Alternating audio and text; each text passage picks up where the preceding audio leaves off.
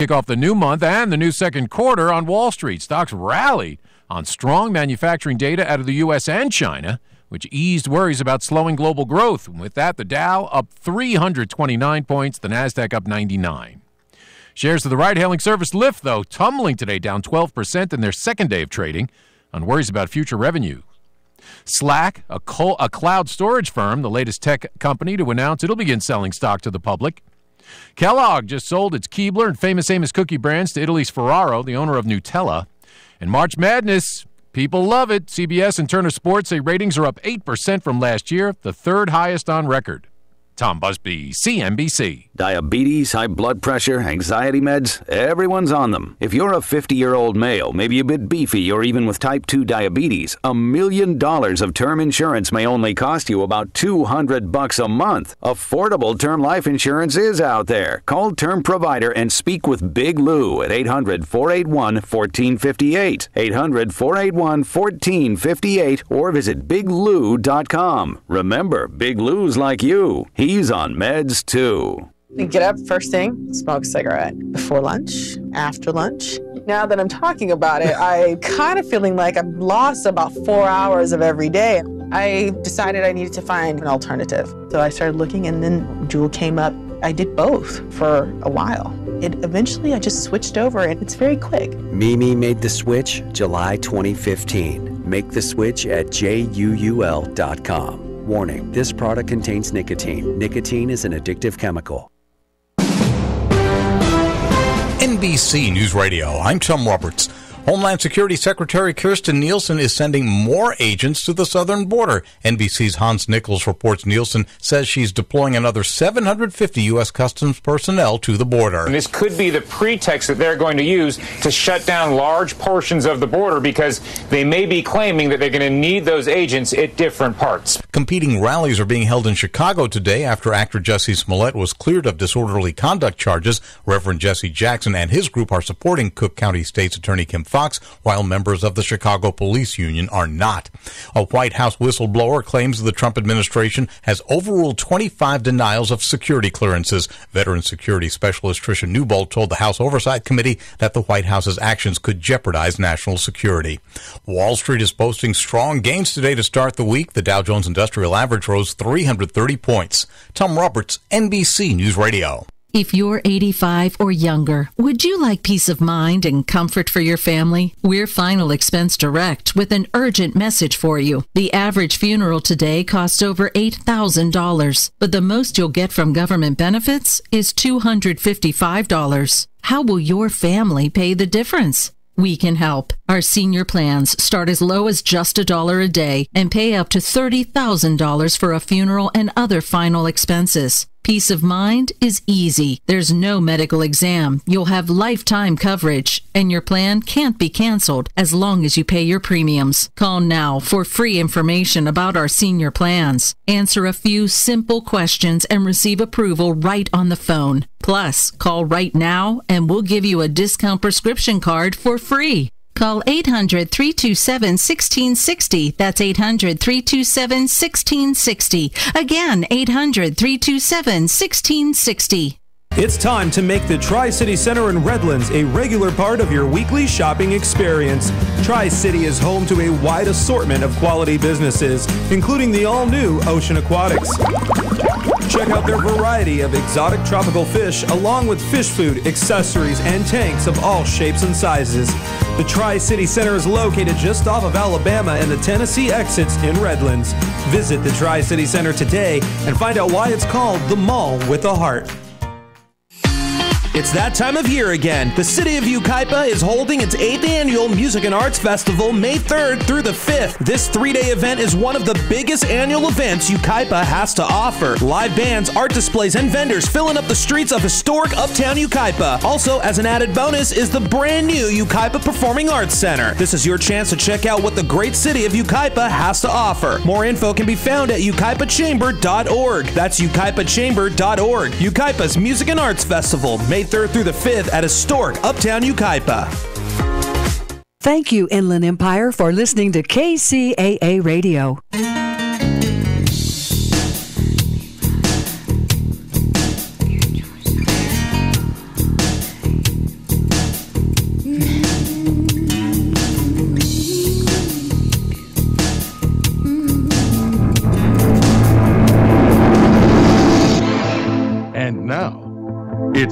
the People with Judge Herb Dodell.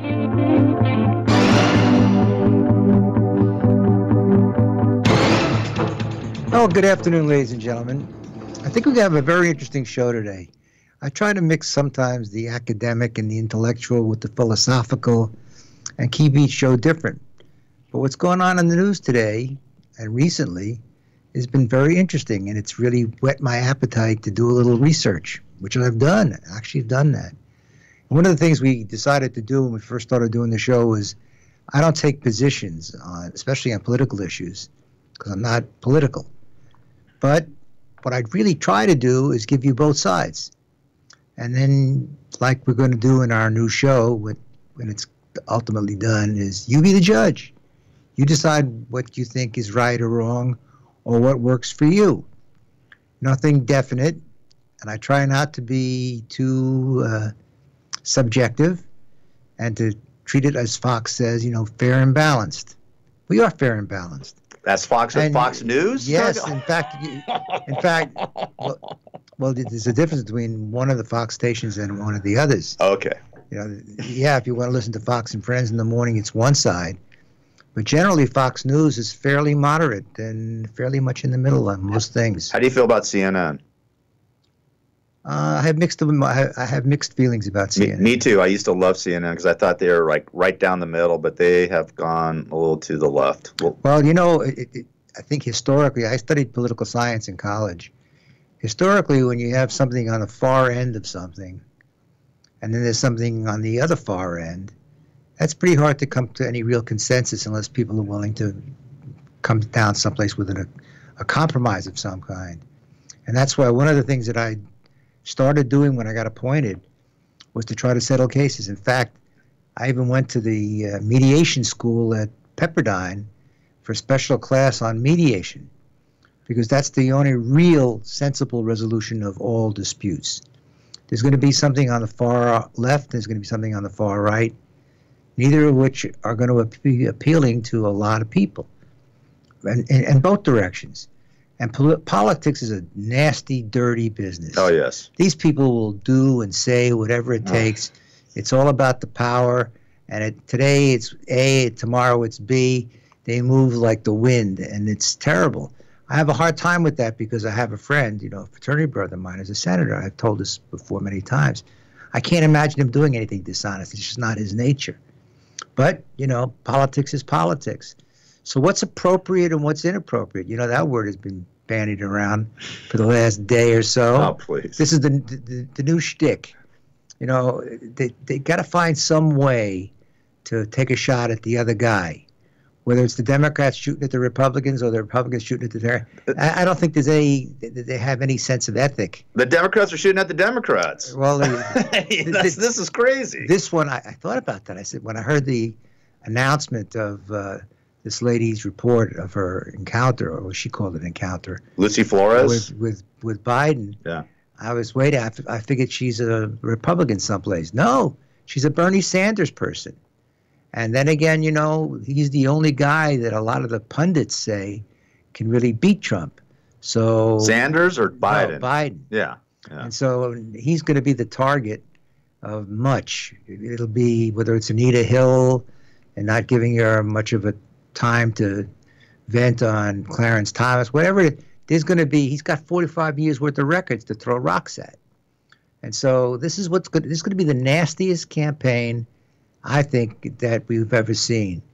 It used to be very civil, when Eisenhower was running and Truman and people. They were politics, but they were at least some sense of integrity and ethic. That's gone now with social media. I was watching a show on CNN called Tricky Dick. It's about CNN has that. Yeah, it's about Richard Nixon, and they were talking about the last episode they had or whatever was about the presidential election with John Kennedy. Him running against John Kennedy. And John Kennedy and Richard Nixon got along great. In fact, during the debate, and they played parts of the debate, Nixon sort of agreed with Kennedy on everything. They had different views, but they were very friendly and cordial and didn't attack each other. Well, look at Clinton and Bush. They became friends. Oh, I know. H.W. Bush. Yeah. They became friends. There's no reason for them not to be. But it's all about the power and who's going to win and who's going to lose. Yeah. So let's talk about freedom and privacy today.